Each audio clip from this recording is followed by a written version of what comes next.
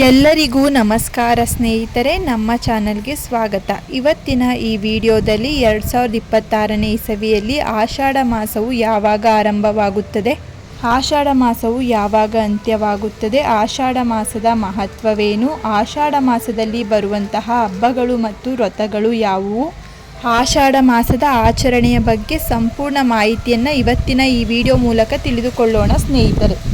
2026ರಲ್ಲಿ ಆಷಾಢ ಮಾಸವು July 15ನೇ ತಾರೀಕು 2026ರಂದು ಆರಂಭವಾಗಿ August 12ನೇ ತಾರೀಕು 2026ರಂದು ಮುಕ್ತಾಯಗೊಳ್ಳುತ್ತದೆ. ಇಂದು ಚಂದ್ರಮಾನ ಪಂಚಾಂಗದ 4ನೇ ತಿಂಗಳಾದ ಆಷಾಢ ಮಾಸವು ಆಧ್ಯಾತ್ಮಿಕ ಸಾಧನೆ, ದೇವರ ಆರಾಧನೆ ಹಾಗೂ ವ್ರತ ನಿಯಮಗಳಿಗೆ ಅತ್ಯಂತ ಮಹತ್ವದ ಕಾಲವಾಗಿದೆ. ಆಷಾಢ ಮಾಸವನ್ನು ಶೂನ್ಯ ಮಾಸ ಎಂದು ಕೂಡ ಕರೆಯುತ್ತೇವೆ. ಆಷಾಢ ಮಾಸವನ್ನು ಸಾಮಾನ್ಯವಾಗಿ ಶೂನ್ಯ ಮಾಸ ಎಂದು ಕರೆಯಲಾಗುತ್ತದೆ. ಈ ತಿಂಗಳಲ್ಲಿ ಮದುವೆ, ಗೃಹ ಪ್ರವೇಶ, ಉಪನಯನ, ನಾಮಕರಣ, ಹೊಸ ವ್ಯಾಪಾರ ಆರಂಭ ಮುಂತಾದ ಶುಭ ಕಾರ್ಯಗಳನ್ನು ಮಾಡುವುದಿಲ್ಲ. ಇದಕ್ಕೆ ಕಾರಣಗಳು ಸೂರ್ಯನು ದಕ್ಷಿಣಾಯನ ಪ್ರವೇಶಿಸುವ ಕಾಲ. ಅಷ್ಟೇ ಅಲ್ಲದೆ ಮಳೆಗಾಲದ ಆರಂಭದಿಂದ ಆರೋಗ್ಯ ಸಮಸ್ಯೆಗಳು ಹೆಚ್ಚಾಗುವ ಸಾಧ್ಯತೆ ಇದೆ. ಭೌತಿಕ ಸಂಭ್ರಮಗಳಿಗಿಂತ ಆಧ್ಯಾತ್ಮಿಕ ಚಿಂತನೆಗೆ ಹೆಚ್ಚಿನ ಮಹತ್ವದ ಕಾಲವಾಗಿದೆ. ಆಷಾಢ ಮಾಸದ ಪ್ರಮುಖ ಆಚರಣೆಗಳೆಂದರೆ ದೇವಶಯನಿ ಏಕಾದಶಿ. ಆಷಾಢ ಶುಕ್ಲ ಏಕಾದಶಿಯನ್ನು ದೇವಶಯನಿ ಏಕಾದಶಿ ಅಥವಾ ಪ್ರಥಮ ಏಕಾದಶಿ ಎಂದು ಕರೆಯುತ್ತೇವೆ. ಈ ದಿನದಂದು ಶ್ರೀ ಮಹಾವಿಷ್ಣು ಯೋಗ ನಿದ್ರೆಗೆ ತೆರಳುತ್ತಾರೆ ಎಂಬ ನಂಬಿಕೆ ಇದೆ. ಚಾತುರ್ಮಾಸ ವ್ರತ. ದೇವಶಯನಿ ಏಕಾದಶಿಯಿಂದ ಆರಂಭವಾಗಿ 4 ತಿಂಗಳುಗಳ ಕಾಲ ಚಾತುರ್ಮಾಸ ವ್ರತವನ್ನು ಆಚರಿಸಲಾಗುತ್ತದೆ. ಈ ಸಮಯದಲ್ಲಿ ಭಕ್ತರು ವಿಶೇಷ ನಿಯಮಗಳು ಮತ್ತು ಸಾತ್ವಿಕ ಜೀವನವನ್ನು ಅನುಸರಣೆ ಮಾಡುತ್ತಾರೆ.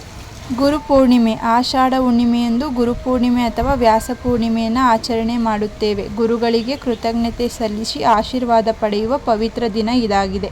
ಆಷಾಢ ಶುಕ್ರವಾರ ಅಥವಾ ಮಂಗಳವಾರಗಳು. ಮಹಿಳೆಯರು ಲಕ್ಷ್ಮೀದೇವಿ ಹಾಗೂ ಶಕ್ತಿ ದೇವತೆಗಳ ಆರಾಧನೆ ಮಾಡುತ್ತೇವೆ. ಬಾಗಿನ ನೀಡುವುದು, ದೇವಾಲಯಗಳಿಗೆ ಭೇಟಿ ನೀಡುವುದು ವಿಶೇಷ ಸಂಪ್ರದಾಯವಾಗಿದೆ. ಜಗನ್ನಾಥ ರಥಾಚರಣೆ. ಆಷಾಢ ಮಾಸದಲ್ಲಿ ನಡೆಯುವ ಜಗನ್ನಾಥ ರಥಾಚರಣೆಯು ವಿಶ್ವ ಪ್ರಸಿದ್ಧ ಧಾರ್ಮಿಕ ಉತ್ಸವವಾಗಿ ನಡೆಯುತ್ತದೆ. ಈ ದಿನಗಳಲ್ಲಿ ಭೀಮನ ಅಮಾವಾಸ್ಯೆ ಆಷಾಢ ಮಾಸದಲ್ಲಿ ಆಚರಣೆ ಮಾಡುತ್ತೇವೆ. ಕರ್ನಾಟಕದಲ್ಲಿ ವಿವಾಹಿತ ಮಹಿಳೆಯರು ಪತಿಯ ದೀರ್ಘಾಯುಷ್ಯ, ಕುಟುಂಬದ ಸುಖ, ಶಾಂತಿ ಮತ್ತು ಸಮೃದ್ಧಿಗಾಗಿ ಭೀಮೇಶ್ವರ ಸ್ವಾಮಿಯನ್ನು ಪೂಜಿಸಿ ವ್ರತವನ್ನು ಆಚರಣೆ ಮಾಡುತ್ತೇವೆ. ಸ್ಕಂದ ಷಷ್ಠಿ ಅಥವಾ ಕುಮಾರ ಷಷ್ಠಿ. ಆಷಾಢ ಶುಕ್ಲ ಷಷ್ಠಿಯಂದು ಸುಬ್ರಹ್ಮಣ್ಯ ಷಷ್ಠಿ, ಕುಮಾರ ಷಷ್ಠಿಗೆ ವಿಶೇಷ ಮಹತ್ವವಿದೆ. ಕುಮಾರ ಷಷ್ಠಿ ಆರಾಧನೆ ಮಾಡುವುದರಿಂದ ಸಂತಾನ, ಆರೋಗ್ಯ ಮತ್ತು ಧೈರ್ಯಕ್ಕಾಗಿ ಭಕ್ತರು ಈ ದಿನ ಪೂಜೆಯನ್ನು ಮಾಡಿ ವ್ರತವನ್ನು ಆಚರಣೆ ಮಾಡುತ್ತೇವೆ. ಆಷಾಢ ಮಾಸದಲ್ಲಿ ದಾನದ ಮಹತ್ವ. ಧರ್ಮಶಾಸ್ತ್ರಗಳ ಪ್ರಕಾರ ಈ ತಿಂಗಳಲ್ಲಿ ದಾನ ಮಾಡಿದರೆ ವಿಶೇಷ ಪುಣ್ಯ ಲಭಿಸುತ್ತದೆ. ದಾನ ಮಾಡಲು ಶ್ರೇಷ್ಠವಾದ ವಸ್ತುಗಳೆಂದರೆ ಕೊಡೆ, ಛತ್ರಿ, ಪಾದುಕೆ, ಮರದ ಚಪ್ಪಲಿ, ನೆಲ್ಲಿಕಾಯಿ, ಬಟ್ಟೆ, ಅನ್ನದಾನ, ಯಥಾಶಕ್ತಿ ದಕ್ಷಿಣೆಯನ್ನು ದಾನ ಮಾಡಬಹುದು. ಆಷಾಢ ಮಾಸದಲ್ಲಿ ಮಾಡಬೇಕಾದಂತಹ ಕಾರ್ಯಗಳು: ದೇವರ ನಾಮಸ್ಮರಣೆ, ವಿಷ್ಣು, ಶಿವ ಮತ್ತು ದೇವಿಯ ಆರಾಧನೆ ಮಾಡಬೇಕು. ಏಕಾದಶಿ ಉಪವಾಸಗಳನ್ನು ಆಚರಣೆ ಮಾಡಬೇಕು. ಗುರುಗಳ ಪೂಜೆ, ದಾನ, ಧರ್ಮ, ಧಾರ್ಮಿಕ ಗ್ರಂಥಗಳ ಪಾರಾಯಣ ಮಾಡಿ. ಆಷಾಢ ಮಾಸದಲ್ಲಿ ತಪ್ಪಿಸಬೇಕಾದಂತಹ ಕಾರ್ಯಗಳಿವು: ಮದುವೆ ಮತ್ತು ಗೃಹ ಪ್ರವೇಶಗಳನ್ನು ತಪ್ಪಿಸಿ. ಹೊಸ ವ್ಯಾಪಾರವನ್ನು ಆರಂಭ ಮಾಡಬೇಡಿ. ಅನಗತ್ಯ ವೈಭವದ ಕಾರ್ಯಕ್ರಮಗಳನ್ನು ನಡೆಸಬೇಡಿ. ಅತಿಯಾದ ಸಂಭ್ರಮದ ಆಚರಣೆಯನ್ನು ಮಾಡಬೇಡಿ. ಆಷಾಢ ಮಾಸದಲ್ಲಿ ಶುಭ ಕಾರ್ಯಗಳಿಗಿಂತ ಭಕ್ತಿ, ದಾನ, ವ್ರತ ಮತ್ತು ಆಧ್ಯಾತ್ಮಿಕ ಸಾಧನೆಗೆ ಮೀಸಲಾದ ಅತ್ಯಂತ ಪವಿತ್ರವಾದ ಮಾಸವಾಗಿದೆ. ಈ ತಿಂಗಳಲ್ಲಿ ದೇವರ ಆರಾಧನೆ, ಗುರುಗಳ ಗೌರವ, ದಾನ, ಧರ್ಮ ಮತ್ತು ಸಾತ್ವಿಕ ಜೀವನವನ್ನು ಅನುಸರಣೆ ಮಾಡುವುದರಿಂದ ಜೀವನದಲ್ಲಿ ಸುಖ, ಶಾಂತಿ ಮತ್ತು ಪುಣ್ಯ ಲಭಿಸುತ್ತದೆ. ಆಷಾಢ ಶುಕ್ರವಾರಗಳ ಮಹತ್ವ. ಆಷಾಢ ಮಾಸದಲ್ಲಿ ಬರುವ 4 ಶುಕ್ರವಾರಗಳು ಮಹಾಲಕ್ಷ್ಮಿ ಮತ್ತು ಲಕ್ಷ್ಮೀ ದೇವಿಯ ಆರಾಧನೆಯ ಅತ್ಯಂತ ಶ್ರೇಷ್ಠವಾದ ಕಾಲವಾಗಿದೆ. ಈ ದಿನ ಮಹಿಳೆಯರು ವಿಶೇಷ ಪೂಜೆಯನ್ನು ಮಾಡಿ, ವಿಶೇಷವಾಗಿ ದೀಪವನ್ನು ಹಚ್ಚಿ, ನೈವೇದ್ಯವನ್ನು ಅರ್ಪಿಸಿ ಕುಟುಂಬದ ಸುಖ, ಶಾಂತಿ, ಸಮೃದ್ಧಿಗಾಗಿ ಪ್ರಾರ್ಥನೆ ಮಾಡಿಕೊಳ್ಳುತ್ತೇವೆ. ಆಷಾಢ ಮಾಸದಲ್ಲಿ 2026ರಲ್ಲಿ ಬರುವಂತಹ ಶುಕ್ರವಾರಗಳ ದಿನಾಂಕಗಳು: ಮೊದಲನೇ ಶುಕ್ರವಾರ ಜುಲೈ 17ನೇ ತಾರೀಕು ಬರುತ್ತದೆ. ಎರಡನೇ ಶುಕ್ರವಾರ ಜುಲೈ 24ನೇ ತಾರೀಕು ಬರುತ್ತದೆ. ಮೂರನೇ ಶುಕ್ರವಾರ ಜುಲೈ 31ನೇ ತಾರೀಕು ಬರುತ್ತದೆ. ನಾಲ್ಕನೇ ಶುಕ್ರವಾರ ಆಗಸ್ಟ್ 7ರಂದು ಬರುತ್ತದೆ. ಆಷಾಢ ಮಾಸದಲ್ಲಿ ಮೈಸೂರಿನ ಶ್ರೀ ಚಾಮುಂಡೇಶ್ವರಿ ಅಮ್ಮನವರ ದೇವಸ್ಥಾನಕ್ಕೆ ಲಕ್ಷಾಂತರ ಭಕ್ತರು ಭೇಟಿ ನೀಡುತ್ತಾರೆ. ಚಾಮುಂಡೇಶ್ವರಿ ವದಂತಿ ಮಹೋತ್ಸವ ಆಗಸ್ಟ್ 4ನೇ ತಾರೀಕು 2026ರಂದು ಮಂಗಳವಾರ ನಡೆಯುತ್ತದೆ. ಆಷಾಢ ಮಾಸದಲ್ಲಿ ಲಕ್ಷ್ಮಿ ಮತ್ತು ವಿಷ್ಣು ಆರಾಧನೆಯನ್ನು ಮಾಡುವುದರಿಂದ ಆರೋಗ್ಯ ಮತ್ತು ಮನಃಶಾಂತಿ ಲಭಿಸುತ್ತದೆ.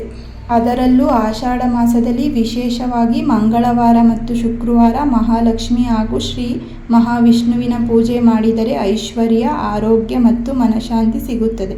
ಸ್ನೇಹಿತರೆ, 2026ರಲ್ಲಿ ಆಷಾಢ ಮಾಸವು ಇಂದು ಚಂದ್ರಮಾನ ಪಂಚಾಂಗದ 4ನೇ ತಿಂಗಳು. 2026ರಲ್ಲಿ ಕರ್ನಾಟಕದಲ್ಲಿ ಪಂಚಾಂಗದ ಪ್ರಕಾರ ಜುಲೈ 15ರಿಂದ ಆಗಸ್ಟ್ 12ರವರೆಗೆ ಆಷಾಢ ಮಾಸವನ್ನು ಆಚರಿಸಲಾಗುತ್ತದೆ. ಆಷಾಢ ಮಾಸದಲ್ಲಿ ಭಕ್ತಿ, ವ್ರತ, ದಾನ ಮತ್ತು ಆಧ್ಯಾತ್ಮಿಕ ಸಾಧನೆಗೆ ಅತ್ಯಂತ ಶ್ರೇಷ್ಠವಾದ ಸಮಯವಾಗಿದೆ.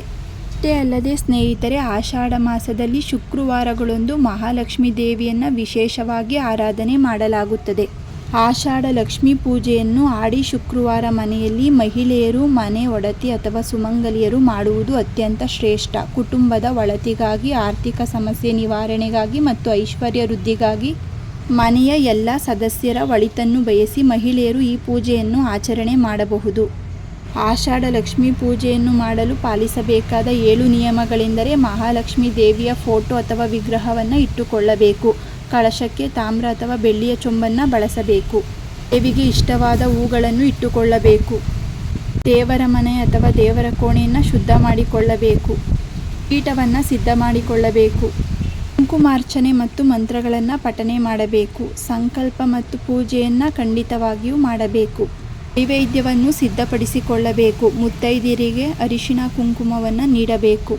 ಪೂಜೆಯಲ್ಲಿ ಶುದ್ಧತೆಯನ್ನು ಕಾಪಾಡಿಕೊಳ್ಳಬೇಕು. ಪೂಜೆಯಲ್ಲಿ ಯಾವುದೇ ವಿಘ್ನಗಳು ಆಗದಂತೆ ನೋಡಿಕೊಳ್ಳಬೇಕು.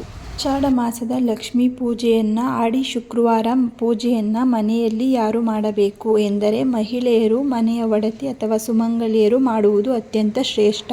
ಕುಟುಂಬದ ಒಳಿತಿಗಾಗಿ, ಆರ್ಥಿಕ ಸಮಸ್ಯೆ ನಿವಾರಣೆಗಾಗಿ ಮತ್ತು ಐಶ್ವರ್ಯ ವೃದ್ಧಿಗಾಗಿ ಮನೆಯ ಎಲ್ಲ ಸದಸ್ಯರ ಒಳಿತನ್ನು ಬಯಸಿ ಮಹಿಳೆಯರು ಈ ವ್ರತವನ್ನು ಆಚರಣೆ ಮಾಡಬಹುದು. ಸ್ನೇಹಿತರೆ, ಆಷಾಢ ಮಾಸದ ಶುಕ್ರವಾರಗಳಂದು ಮಾಡುವ ಲಕ್ಷ್ಮೀ ಪೂಜೆಯು ಅತ್ಯಂತ ಪವಿತ್ರ ಮತ್ತು ವಿಶೇಷ ಫಲವನ್ನು ನೀಡುತ್ತದೆ. ಅದರಲ್ಲೂ ಸಾಮಾನ್ಯವಾಗಿ ಆಷಾಢ ಮಾಸದಲ್ಲಿ ಶುಭ ಕಾರ್ಯಗಳನ್ನು ಮಾಡುವುದಿಲ್ಲ ಎಂಬ ನಂಬಿಕೆ ಇದ್ದರೂ ದೇವಿಯ ಆರಾಧನೆಗೆ, ವಿಶೇಷವಾಗಿ ಲಕ್ಷ್ಮಿ ಮತ್ತು ಪಾರ್ವತಿ ಚಾಮುಂಡೇಶ್ವರಿ ದೇವಿಯ ಪೂಜೆಗೆ ಈ ಮಾಸವು ಅತ್ಯಂತ ಶ್ರೇಷ್ಠವಾಗಿದೆ. ಈ ಪೂಜೆಯನ್ನು ಆಡಿ ಶುಕ್ರವಾರ ಎಂದು ಕೂಡ ಕರೆಯುತ್ತೇವೆ. ಆಷಾಢ ಮಾಸದ ಶುಕ್ರವಾರಗಳಂದು ಮಹಾಲಕ್ಷ್ಮೀ ದೇವಿಯನ್ನು ಆರಾಧಿಸುವುದರಿಂದ ಮನೆಯಲ್ಲಿ ದಾರಿದ್ರ್ಯ ದೂರವಾಗಿ ಸಂಪತ್ತು ಮತ್ತು ನೆಮ್ಮದಿ ನೆಲೆಸುತ್ತದೆ. ಈ ಪೂಜೆಯನ್ನು ಅತ್ಯಂತ ಭಕ್ತಿ ಮತ್ತು ಶ್ರದ್ಧೆಯಿಂದ ಮಾಡಬೇಕು. ಆಷಾಢ ಲಕ್ಷ್ಮೀ ಪೂಜೆ ಮತ್ತು ಆಷಾಢ ಶುಕ್ರವಾರದ ಪೂಜೆ ಮಾಡುವ ಸಂಪೂರ್ಣ ಮತ್ತು ಸರಳ ವಿಧಾನ ಇಂತಿದೆ. ಆಷಾಢ ಮಾಸದ ಪೂಜೆಯನ್ನು ಮಾಡುವ ಶುಭ ಮುಹೂರ್ತ: ಬ್ರಾಹ್ಮಿ ಮುಹೂರ್ತದಲ್ಲಿ, ಅಂದರೆ ಬೆಳಿಗ್ಗೆ 4:30 5:20 ಒಳಗೆ ಅಥವಾ ಬೆಳಗಿನ ಶುಭ ಮುಹೂರ್ತದಲ್ಲಿ ಪೂಜೆಯನ್ನು ಮಾಡುವುದು ಅತ್ಯಂತ ಶ್ರೇಷ್ಠ. ಈ ಸಮಯದಲ್ಲಿ ಪೂಜೆಯನ್ನು ಮಾಡಲು ಸಾಧ್ಯವಾಗದವರು ಸಂಜೆ ಗೋಧೂಳಿ ಸಮಯದಲ್ಲಿ ಪೂಜೆಯನ್ನು ಮಾಡಬಹುದು. ಆಷಾಢ ಮಾಸದ ಲಕ್ಷ್ಮೀ ಪೂಜೆಗೆ ಬೇಕಾದ ಸಾಮಗ್ರಿಗಳು: ಮಹಾಲಕ್ಷ್ಮೀ ದೇವಿಯ ಫೋಟೋ ಅಥವಾ ಮೂರ್ತಿ, ಗಜಲಕ್ಷ್ಮಿ ಫೋಟೋ ಉತ್ತಮ. ಕಳಶಕ್ಕೆ ತಾಮ್ರ ಮತ್ತು ಬೆಳ್ಳಿಯ ಚೊಂಬು, ತೆಂಗಿನಕಾಯಿ, ವೀಳ್ಯದೆಲೆ, ಮಾವಿನ ಎಲೆ, ಅಕ್ಕಿ, ಅರಿಶಿನ, ಕುಂಕುಮ, ಗಂಧ, ಅಕ್ಷತೆ. ದೇವಿಗೆ ಇಷ್ಟವಾದ ಕೆಂಪು ಹೂಗಳು ಅಥವಾ ಗುಲಾಬಿ ಬಣ್ಣದ ಹೂಗಳು, ಕಮಲದ ಹೂವು ಶ್ರೇಷ್ಠ. ದೀಪ, ಧೂಪ, ಕರ್ಪೂರ. ನೈವೇದ್ಯಕ್ಕೆ ಹೆಸರುಬೇಳೆ, ಕೋಸಂಬರಿ, ಸಜ್ಜಿಗೆ, ಹಲ್ವಾ ಅಥವಾ ಪಾಯಸ, ಹಣ್ಣುಗಳು, ಹಾಲು. ಆಷಾಢ ಮಾಸದ ಲಕ್ಷ್ಮೀ ಪೂಜೆ ಮಾಡುವ ವಿಧಾನ: ಮನೆ ಮತ್ತು ದೇವರ ಕೋಣೆಯನ್ನು ಶುದ್ಧಿ ಮಾಡಿಕೊಳ್ಳಬೇಕು. ಪೂಜೆಯ ದಿನ ಪ್ರಾತಃ ಕಾಲದಲ್ಲೇ ಎದ್ದು ಸ್ನಾನ ಮುಗಿಸಿ ಮಡಿ ವಸ್ತ್ರವನ್ನು ಧರಿಸಬೇಕು. ಮನೆಯ ಹೊಸ್ತಿಲಿಗೆ ಅರಿಶಿನ ಕುಂಕುಮವನ್ನು ಹಚ್ಚಿ ರಂಗೋಲಿಯನ್ನು ಇಡಬೇಕು. ದೇವರ ಕೋಣೆಯನ್ನು ಸ್ವಚ್ಛಗೊಳಿಸಿ ಪೂಜೆಗೆ ಸಿದ್ಧತೆ ಮಾಡಿಕೊಳ್ಳಬೇಕು. ದೇವರ ಪೀಠ ಸಿದ್ಧತೆ: ದೇವರ ಮುಂದೆ ಮಣೆಯನ್ನಿಟ್ಟು ಅದರ ಮೇಲೆ ಅಕ್ಕಿಯನ್ನು ಹರಡಿ ಅಷ್ಟದಳ ಪದ್ಮದ ರಂಗೋಲಿಯನ್ನು ಬಿಡಿಸಿಕೊಳ್ಳಬೇಕು. ಕಳಶದ ಸ್ಥಾಪನೆ: ಅಕ್ಕಿಯ ಮೇಲಿಟ್ಟ ತಟ್ಟೆಯಲ್ಲಿ ಕಳಸದ ಚೊಂಬನ್ನು ಇರಿಸಿ ಅದಕ್ಕೆ ನೀರು, ನಾಣ್ಯ, ಅಡಿಕೆ ಅಥವಾ ಅಕ್ಷತೆಯನ್ನು ಹಾಕಿ ಚೊಂಬಿನ ಬಾಯಿಗೆ ಮಾವಿನ ಎಲೆ ಅಥವಾ ವೀಳ್ಯದೆಲೆಗಳನ್ನು ಇಟ್ಟು ಅದರ ಮೇಲೆ ಅರಿಶಿಣ ಸವರಿದ ತೆಂಗಿನಕಾಯಿಯನ್ನು ಇಟ್ಟು ಕಳಸ ಸ್ಥಾಪನೆ ಮಾಡಿಕೊಳ್ಳಬೇಕು. ಲಕ್ಷ್ಮೀ ದೇವಿಯ ಆಹ್ವಾನ: ಮಹಾಲಕ್ಷ್ಮೀ ದೇವಿಯ ಮೂರ್ತಿ ಅಥವಾ ಫೋಟೋವನ್ನು ಪೂರ್ವ ಅಥವಾ ಉತ್ತರ ಮುಖವಾಗಿ ಪ್ರತಿಷ್ಠಾಪನೆ ಮಾಡಿ ದೇವಿಗೆ ಮತ್ತು ಕಳಶಕ್ಕೆ ಗೆಜ್ಜೆ, ವಸ್ತ್ರ, ಹೂವು ಮತ್ತು ಆಭರಣಗಳಿಂದ ಅಲಂಕಾರ ಮಾಡಿಕೊಳ್ಳಬೇಕು. ಸಂಕಲ್ಪ ಮತ್ತು ಪೂಜೆ. ದೀಪಗಳನ್ನು ಹಚ್ಚಿ ಗಣೇಶನಿಗೆ ಮೊದಲು ಪೂಜೆಯನ್ನು ಸಲ್ಲಿಸಿ ನಂತರ ಲಕ್ಷ್ಮೀದೇವಿಗೆ ಧೂಪ ದೀಪವನ್ನು ಬೆಳಗಿಸಬೇಕು. ಕುಂಕುಮಾರ್ಚನೆ ಮತ್ತು ಮಂತ್ರಪಠನೆ. ದೇವಿಯ ಅಷ್ಟೋತ್ತರ ಶತನಾಮಾವಳಿ ಅಥವಾ ಓಂ ಶ್ರೀ ಮಹಾಲಕ್ಷ್ಮೀ ನಮಃ ಎಂಬ ಮಂತ್ರವನ್ನು ಪಠಿಸುತ್ತಾ ದೇವಿಗೆ ಕುಂಕುಮಾರ್ಚನೆ ಅಥವಾ ಅಕ್ಷತೆಯಿಂದ ಅರ್ಚನೆ ಮಾಡಿಕೊಳ್ಳಬೇಕು. ನೈವೇದ್ಯ ಮತ್ತು ಆರತಿ. ಸಿದ್ಧಪಡಿಸಿದ ಹೆಸರುಬೇಳೆ, ಕೋಸಂಬರಿ, ಸಜ್ಜಿಗೆ ಅಥವಾ ಸಿಹಿ ಅನ್ನವನ್ನು ದೇವಿಗೆ ನೈವೇದ್ಯವಾಗಿ ಅರ್ಪಿಸಿ ನಂತರ ಕರ್ಪೂರದಿಂದ ಮಂಗಳಾರತಿಯನ್ನು ಮಾಡಿ ಪೂಜೆಯನ್ನು ಸಂಪೂರ್ಣಗೊಳಿಸಿ. ಸ್ನೇಹಿತರೆ, ಆಷಾಢ ಮಾಸವು ಭಕ್ತಿ, ವ್ರತ, ದಾನ ಮತ್ತು ಆತ್ಮಶುದ್ಧಿಗೆ ಮೀಸಲಾದ ಪವಿತ್ರ ಮಾಸವಾಗಿದೆ. ಈ ತಿಂಗಳಲ್ಲಿ ದೇವರ ಆರಾಧನೆ, ಗುರುಗಳ ಗೌರವ, ಸಾತ್ವಿಕ ಜೀವನ ಮತ್ತು ದಾನ ಧರ್ಮಗಳನ್ನು ಆಚರಿಸುವುದರಿಂದ ಜೀವನದಲ್ಲಿ ಸುಖ, ಶಾಂತಿ ಮತ್ತು ಸಮೃದ್ಧಿ ನೆಲೆಸುತ್ತದೆ.